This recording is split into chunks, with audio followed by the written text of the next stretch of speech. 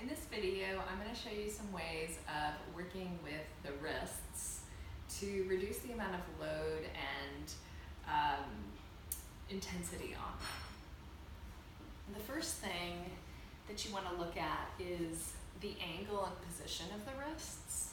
So for example, when you're on your hands and your knees, if you put your wrist right under your shoulders, that's going to be a bigger angle, a tighter angle, and more load than if you walk your hands forward a little bit. Similarly, sometimes if you turn your hands in, that can be painful, but if you turn your hands neutral or even a little bit out, it'll feel more stable and more supported. So that's the first thing to look at.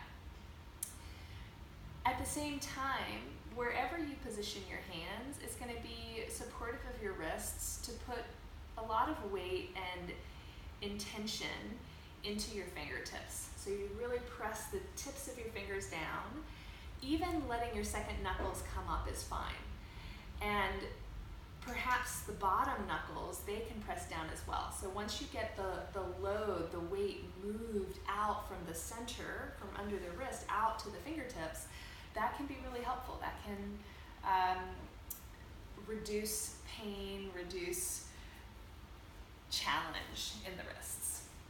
So for people that doesn't work for, you can also roll up your yoga mat, the front of your yoga mat, and this is going to be in this, it's going to continue that same, the same principles of moving the weight out, but here you have a little bit of support. So you put the heels of your hands on your yoga mat and then your knuckles and your fingers down. This is going to be better for downward facing dog or hands and knees positions.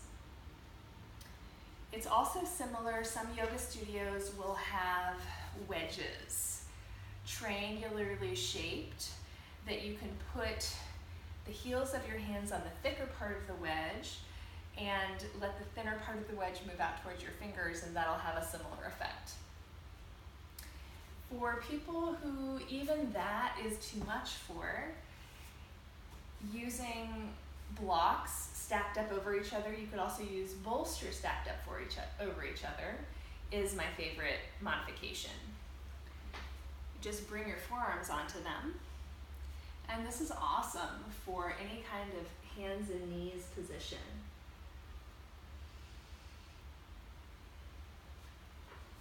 What it's not great for is like a faster moving vinyasa flow, because it can be a little awkward to move the blocks in and out.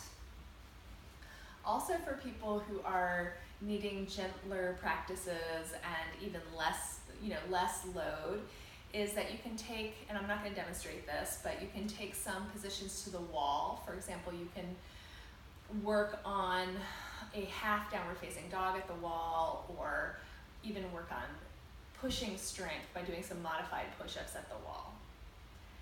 Finally, and this is again something you probably wouldn't see in a class, but can be really great for your home practice, you can get dumbbells and hold on to the dumbbells. And this is a really awesome way to modify. It gives you a little extra lift, which can be nice, and it also helps you work on your grip strength, which is also supportive, can be supportive of strong, healthy wrists. So just by gripping onto that, now you might get tired of that, and you might find that the dumbbell, the metal of the dumbbell can get a little painful on the heel of your hand if you're not used to it. So this would definitely be something to work into progressively, to do a little bit, check in, make sure that it's feeling good. But as it does feel good, then you can use this as part of your own self-exploration of how to strengthen your wrists and keep them healthy and safe. So I hope that was helpful for you, and thanks for watching.